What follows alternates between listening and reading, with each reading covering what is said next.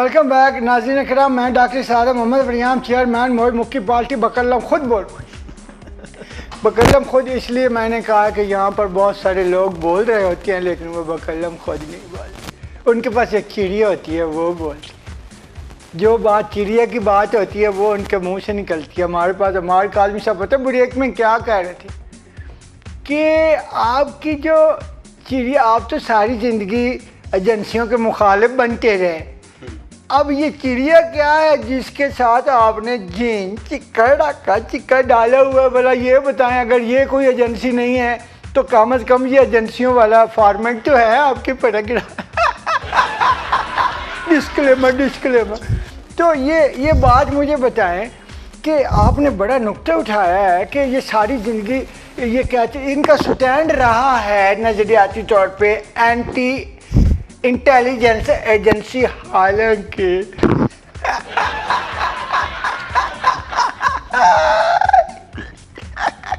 ऐसा नहीं है। PIA खाइए, CIA पहनाइए, ISI MI IB ISI MI बहुत ऐसे एजेंसियाँ पता नहीं क्या करती रहती हैं। कभी हमको खाने खिलाती हैं, कभी हमको माल पिलाती हैं, कभी हमको पकड़ लेती हैं। किसी ने कहा कि अगर बैक वक्त आप 7 एजेंसियों के लिए काम करोगे तो कोई ना कोई तो नाराज़ हो ही सकती। तो आप बताएं ज़रा, आपने क्या इन पे इल्ज़ाम लगाया है हमारे प्यारे कुन्नू मुन्नू सेठी साहब पे? जी, इल्ज़ाम तो क्या कहें कि सवाल ही ये है कि आप एंटी इस्टेब्लिशमेंट भी कहते हैं अपने आप को, एजेंसियों के मुखालिफ भी कहते हैं। ये सिंबलिज्म सारा डेवलप किया हुआ है लोगों ने, एक लफ्ज़ स्टेटस को का पकड़ा हुआ है। अब वो मुझे बताएं कि पीपल पार्टी और नवाज़ लीग क्या बजाते खुद एक स्टेटस को नहीं है? इसी तरह से एजेंसियां हमारे अपने मुल्क की एजेंसियां हैं, किसी गैर मुल्क की तो नहीं है। अब जो लगाने वाले इल्ज़ाम लगाते हैं वो तो सेठी साहब को भी 7-8 एजेंसियों के साथ नथी करते हैं, इंटरनेशनल के साथ भी नथी करते हैं कि इंटरनेशनल एजेंसीज भी हैं। तो अगर एजेंसियां नहीं हैं तो ये चिड़िया कहाँ से है?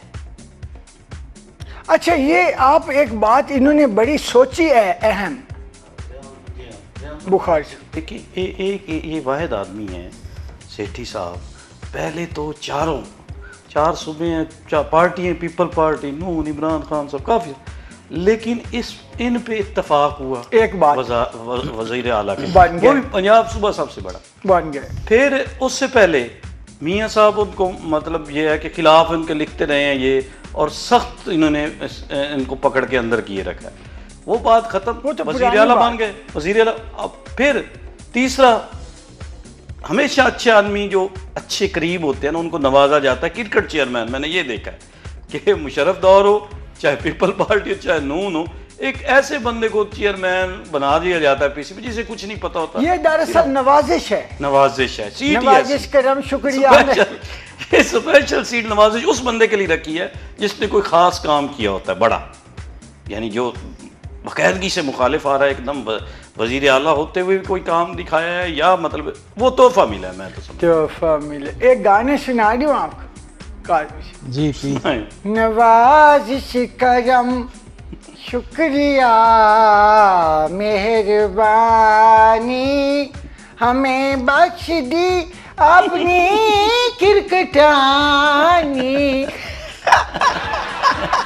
किरकटानी। तो ये आप कह रहे हैं कि ये इसमें मालपत्ती, चूंकि इस जॉब चेयरमैनशिप के गिर्द घूमता, जुआ कितना होता है दुनिया में क्रिकेट में? बहुत इस वक्त तो सबसे बड़ा, मतलब हमारी आपकी सोच से भी बड़ा। अगर मैं होता चेयरमैन क्रिकेट का और मैं जो जियो सुपर को प्रोग्राम दे दूं, मुझे पैसे मिलेंगे कि नहीं मिलेंगे? अरे हम सब क्यों नहीं कि भाई मेरा जो हमारी जो वो हैं नशरियात जियो सुपर पे आएंगी या 10 स्पोर्ट पे आएंगी या PTV पे आएंगी, तो उसमें क्या रोल हो सकता है चेयरमैन ये क्रिकेट बॉल का? देखिए, वो फैसला उसके हाथ में है, वो दे सकते हैं। एडवर्टीजमेंट आपको पता है कितना बड़ा उसमें पैसा इन्वॉल्व है। बिजनेस है, इतना बड़ा बिजनेस है, इतनी राइट्स का ये चक्कर है सारा। 10 स्पोर्ट्स पहले कवर करता था इंडिया के मैचेस, और वो जियो सुपर करने लगा, फिर ये दरमियान में पीपल्स पार्टी की हुकूमत आई, अच्छा इन्होंने वैसे कुछ रोक दिया उनको। वैसे बात देखें कि क्रिकेट हो या क्रिकेट के अंदर जुआ हो, अच्छा कोई चाचा हो, कोई मामा हो, कोई पुआ हो, अब सफीर कौन लगता है अमेरिका को? कोई चाचा, कोई मामा या पुआ?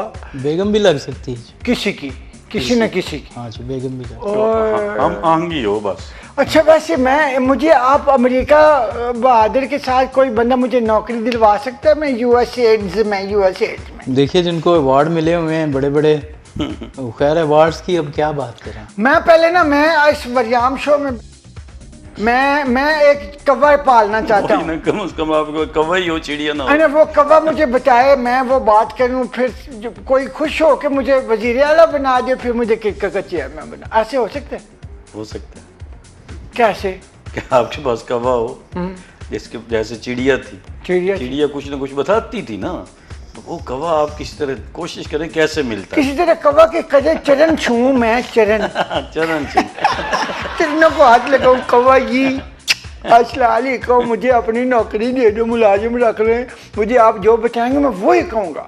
टीवी पे आके वरियाम शो में आप कहेंगे तो मैं बड़ी बैलेंस गुफ्तगू करते करते आपकी राय उसमें ऐसे कम कर दूंगा, टीका लगा दूंगा ये पाकिस्तान के तालिबान फलान जरदारी साहब, ये बड़े वो जरदारी साहब खुद जो है वो सारा पैसा खुद खाते हैं कारोबार में, जबकि मियाँ साहब बांट देते हैं, मियाँ साहब खुद खाते हैं जबकि जरदारी साहब बांट देते हैं। ऐसी गुफ्तगू करूँगा मैं आके ना टीवी चैनल पे, तो मुझे कौवा जी मुझे नौकरी दे दे, फिर बाद में मुझे वजीर आला बना देना, फिर मुझे क्रिकेट बोर्ड के चेयरमैन बना देना, है ना?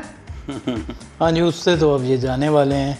उम्मीद की जा रही है कि अब इनको ये वेस्ट इंडीज के टूर के बाद वापस आ जाएंगे। नो वो तो यार बेगमात का काम है, लेकिन वो भी अगर इनको हमारी भाभी जो है जुगली मौसम को मिल सकती है सफारत वहाँ पे जी।